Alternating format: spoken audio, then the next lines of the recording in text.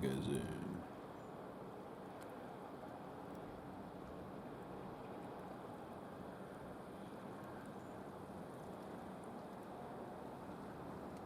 Hello. It's been a while, isn't it? It's that season, isn't it? The Christmas season. It's also in the UK, it's the wet season. It has rained now for 8 weeks. Rained every day for 8 weeks. I've been counting, and there's been 2 days when it hasn't rained.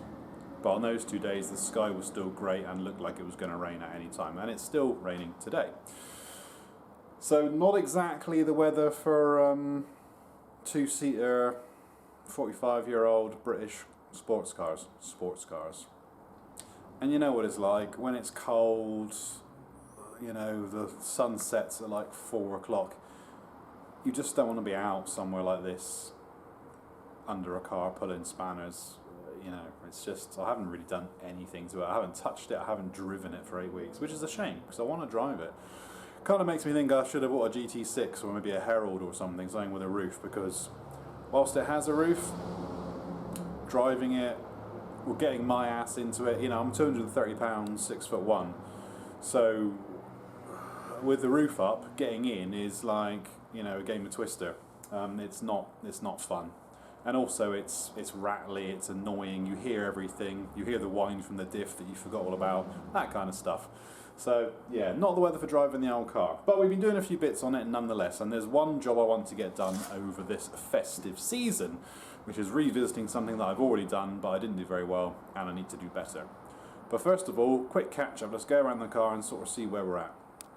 The problem, of course, with fiberglass is that it's much lighter than steel, and it's got a lot more flex to it, a lot more panel flex.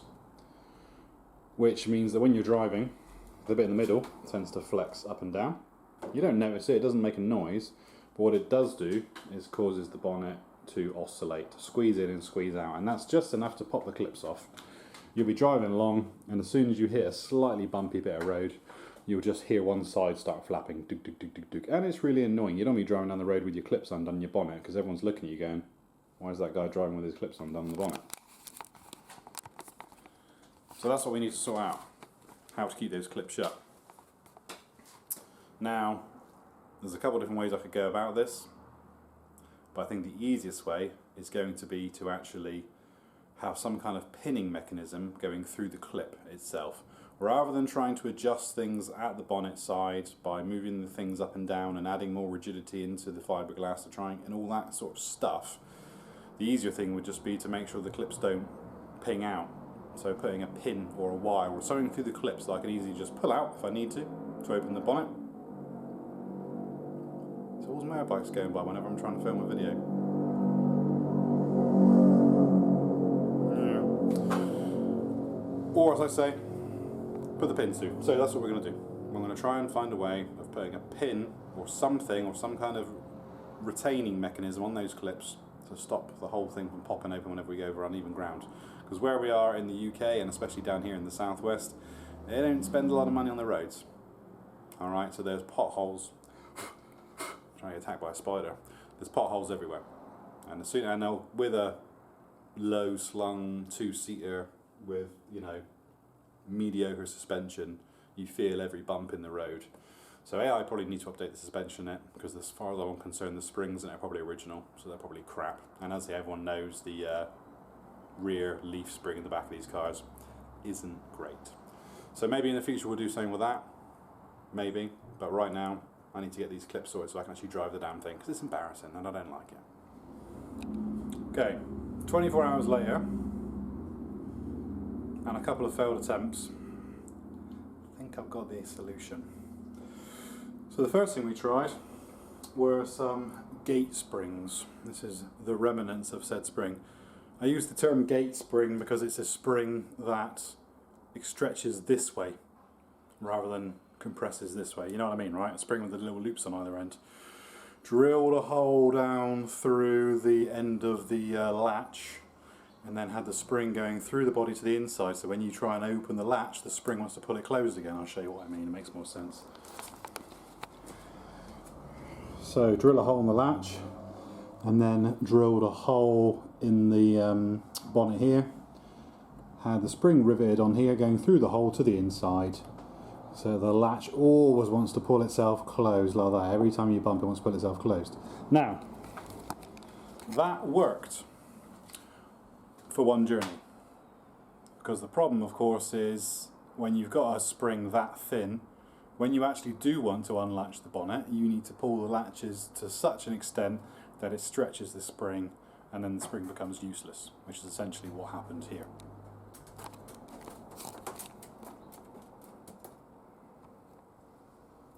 Mr. Magpie, I am trying to make a video.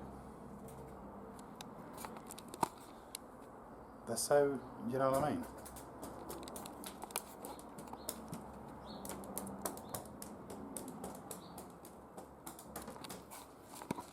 No respect for other people's property. I don't know what to say. However, and then I sat down and I thought about it, and it was a surprisingly awkward thing to get my head around. How do you keep a latch down without putting something like a strap over it? I could have put a strap over it. I could have done like they used to do on old Jaguars, where they use like basically a belt buckle, a piece of leather with a buckle on it. But it doesn't suit this car. This car is too new. That would suit like a 30s, 40s, maybe even a 50s car, but for something like this, late 70s, doesn't really work. And the annoying thing is the actual clips. If I show you the clips on my old steel bonnet here, when the clips are in the closed position, like this one is, you can see that it has this roller on the bottom that is there to stop this clip opening. And if you were to grab hold of this clip and pull it as hard as you can down to try and forcibly open it from the inside, you can. I've tried it with a screwdriver. You have to apply an ungodly amount of force to actually get that clip to pop open. Which sort of begs the question, how is the clip popping open? And the simple answer is this. On the bonnet I've made here, this section here is a little bit too short. I've got a finger's width between this edge and the body. And that is enough that when you're driving and you're going over speed bumps, every time this bonnet flexes, it's hitting here. Hit, hit, hit, hit, hit, hit, hit. And it's doing it over and over and over again. And with the vibration, it's causing the clips to pop open, which is extremely annoying when you're driving, because obviously you've got the clips sticking out, so everyone who you drive by looks at you and goes, does that guy know he's got the clips undone on his bonnet? And also it makes the bonnet flap around. So, what's the solution? The solution is a small piece of aluminium bar, 5mm, bent over, hammered flat. You have to anneal aluminium first, heat it with a blowtorch, otherwise it won't do that, it'll just break. And then some small holes drilled through it, like so. This clip goes through here and sits flush there. And on this side, it goes through the hole, and then if I rotate it, you can just see, this is really awkward to film and do at the same time. See that one little hole there? So I can put an R-clip through that hole, and that'll stop it opening up. And that latch can still open off it when you take the clip off. And it will close when it's glassed in the right position, which I can do with one hand. There we go. It will go down over it, and then I just put an R-clip through that, and that will stop it opening. So, all I need to do now is rest those clips in the closed position, make sure it's poking in the right direction. I'm going to use a tiny bit of super glue just to hold it in the right position first of all, and then we'll get some glass around it, glass it all in, and we should be golden. It can't ever pull through the body because obviously it's got that 90 degree, more than 90 degree kick on the back, which will stop it being pulled through. Even though the aluminium's hammered over and is flattened, as I say, you anneal the aluminium first, heat it with a blowtorch, and then you hammer it. And when you bend aluminium, if you anneal it first, then it won't break. If you just get a piece of 5mm aluminium bar and you bend into 90 degrees, it will crack on the back, because obviously aluminium is incredibly soft. If you anneal it first, it makes it very soft, almost like lead. You can bend it around to the shape you want, and that will then actually hold that new form. So I'm sure any of you who do metal work will know all about annealing.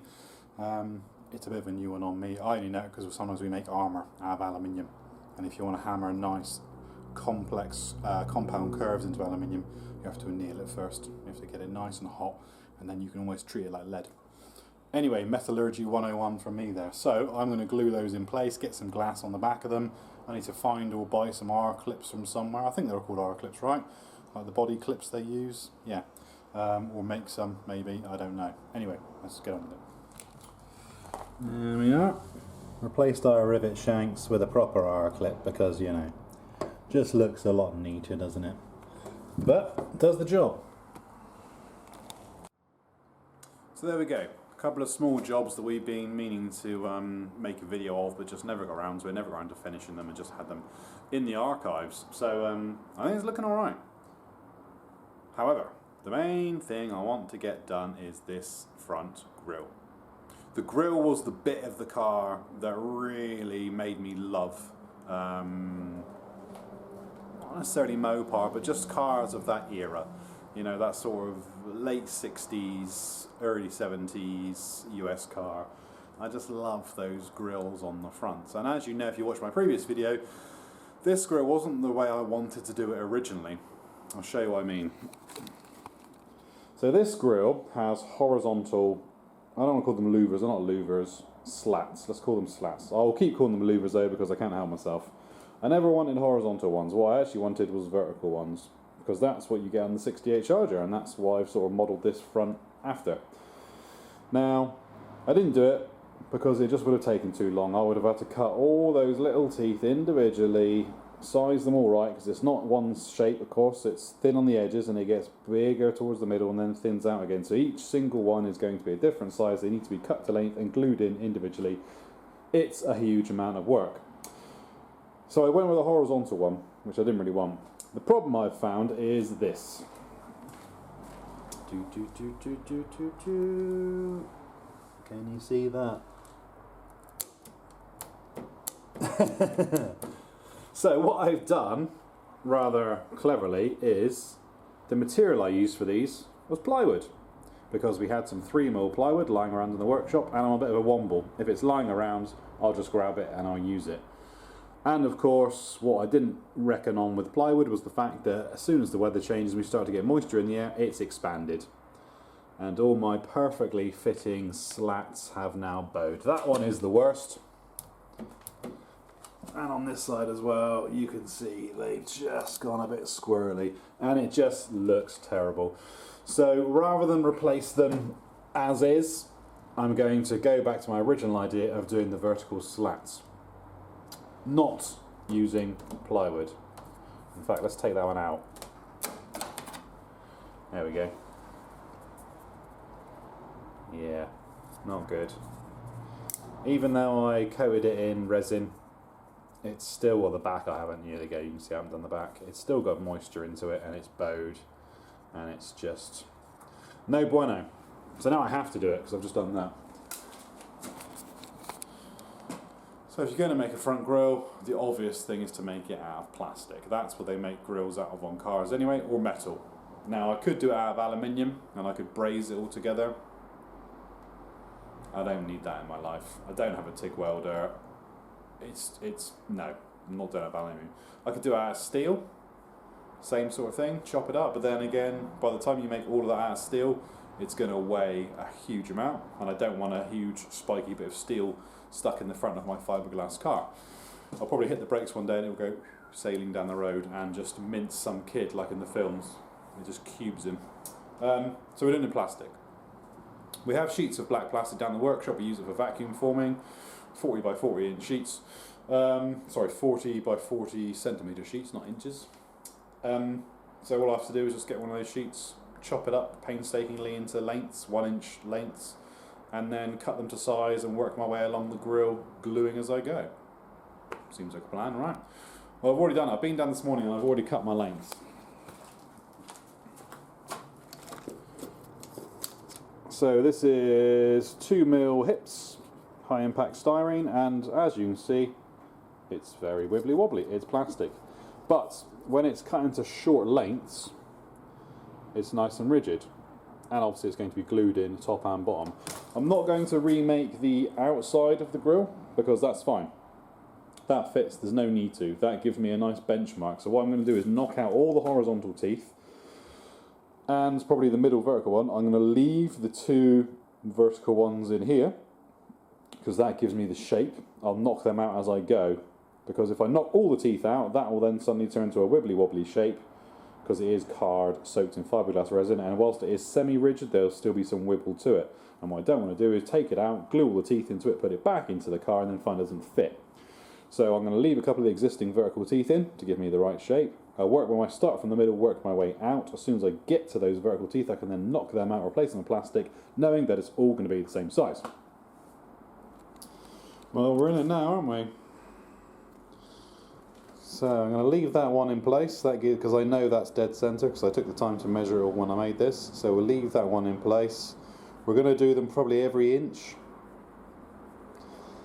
So I'll go either side of that one to get my first 2 in, then take that one out, and then I can work off those ones, knowing that we should be square. Should be, right? Well, it's first 6 in. It's actually quite good fun. No. No, it's not. It's incredibly boring. So, by my estimates, one, 2, 3, 4, 5. Probably the same again, times another 4. 1, 2, 3, 4 in that side, 4 in that side, which makes me what? 1/9 of the way through. But to be fair, it's only taken me 20 minutes or so, so it's not too bad. It's a bit of fettling. Cut one, drop it in, see if it fits.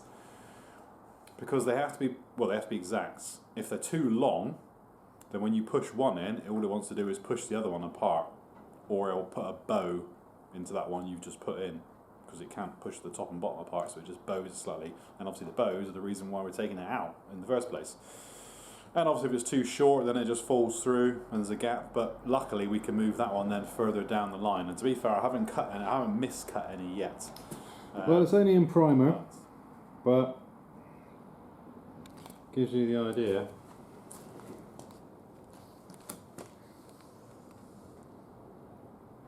It needs to be pushed much further back because I haven't actually got any screws in at the moment.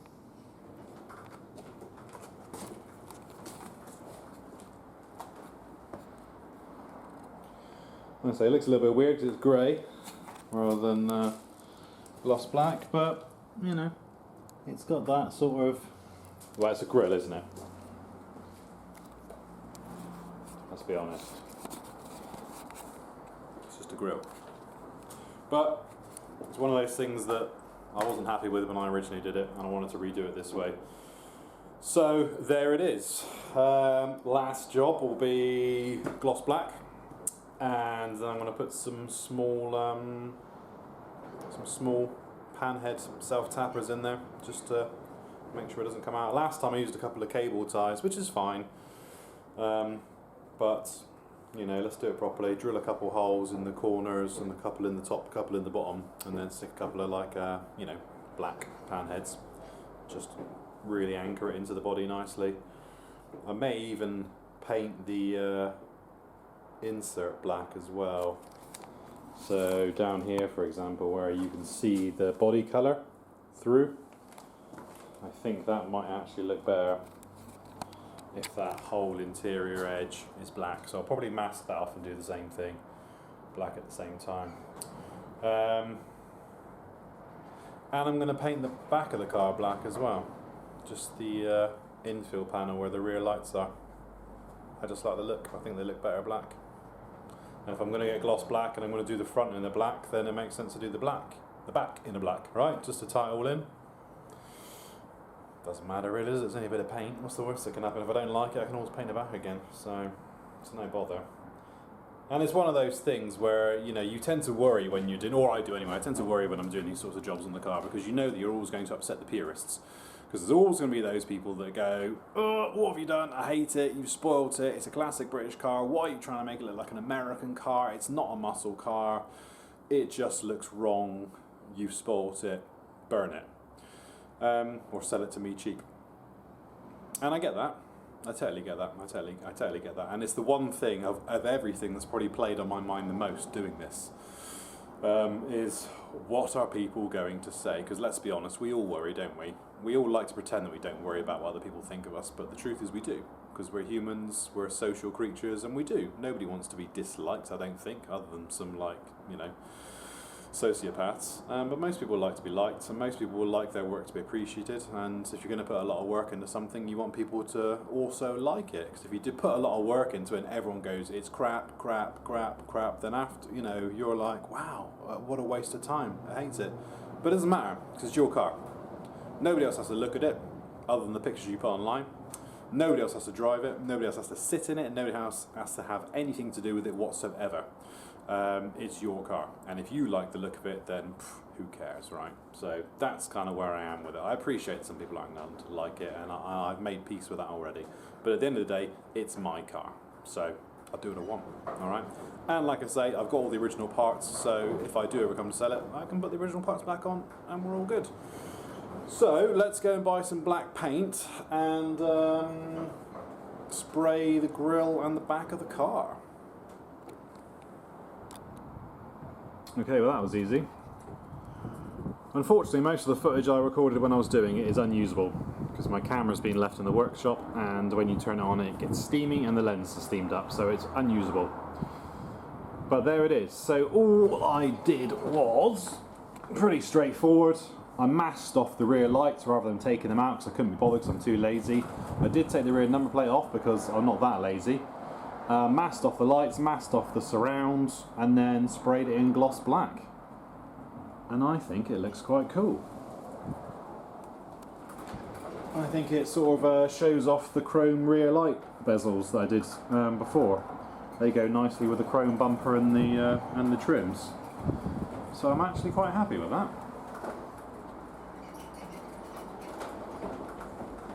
And like I say, I don't know why. I think it's the Vitesse, is it, that has the black rear panel? Not too sure. But I like it. I like the look, I'll be honest. So yes, no footage of it, but like I say, it is spraying something black, so you haven't missed out on much. And in case you're wondering, did I use, what automotive paint did I use? I didn't. I used a rattle can. Gloss black rattle can. Because in my experience, my limited experience of painting, not necessarily painting cars, but just painting in general, is that you can put anything on top of matte paint. Matte paint is dry, right? So you can put anything on top of it and it flows quite nicely. You can put gloss on top of gloss, because again, they're both shiny, so they both sort of, you know, they work together. What you can't do is put a matte on top of gloss. If you put matte on top of gloss, as matte dries, it shrinks, and what happens is you get loads of little cracks, fissures appear in it, and it just doesn't go on right. If you're going to put matte on top of anything, you have to key that paint back until you get a matte finish. You go through the top layer, the gloss layer. At that point, you can spray it again. So because we're going gloss on top of gloss, it came out absolutely fine. It didn't spiderweb, it didn't fisheye, it didn't do anything weird. I just give it a quick wipe down with the panel wipe. Didn't even key it because it was gloss already. So just panel wipe it, make sure it's clean, straight in with the gloss black, and it's good. It's been dry now for about a couple of days. So it's good. So no issues with that, which is nice. So I didn't have much paint now, so I do need to go and buy more paint. I only bought a tiny little can, which was silly because I forgot I had to do the grill as well, so now I need to go and get more and do the grill. Why do I make life so difficult for myself? And another little job meaning to do for a while was the bonnet hold open strap. In the past I've been putting a bit of carpet under the front and sort of resting on that. Well, that's no good, is it? Not for long-term use. So what we've done is taken some seatbelt webbing, 8-bar seatbelt webbing, attached it into the radiator bracket, and then I've glassed in a piece of card just to give us a right angle in order to put a bolt through. Covered it in glass to make sure it's nice and rigid, and then stuck a bolt and a washer through it. It's windy today. And when you close the bonnet, that just sort of concertinas back and sits down next to the radiator. It's not going to do any harm. It's on the other side of the fans. It's never going to get pulled into a fan. It's not going to obstruct the radiator. As you can see, we've got plenty of grill there for the air to come through for the radiator. So it's not going to interfere with anything. It just means I can open my bonnet now without fear of it tipping forwards and smashing into the ground. Again, small jobs, but we're ticking off the list. There we go. Nice and gloss black. Solid. Open. Solid. Open. That's the idea.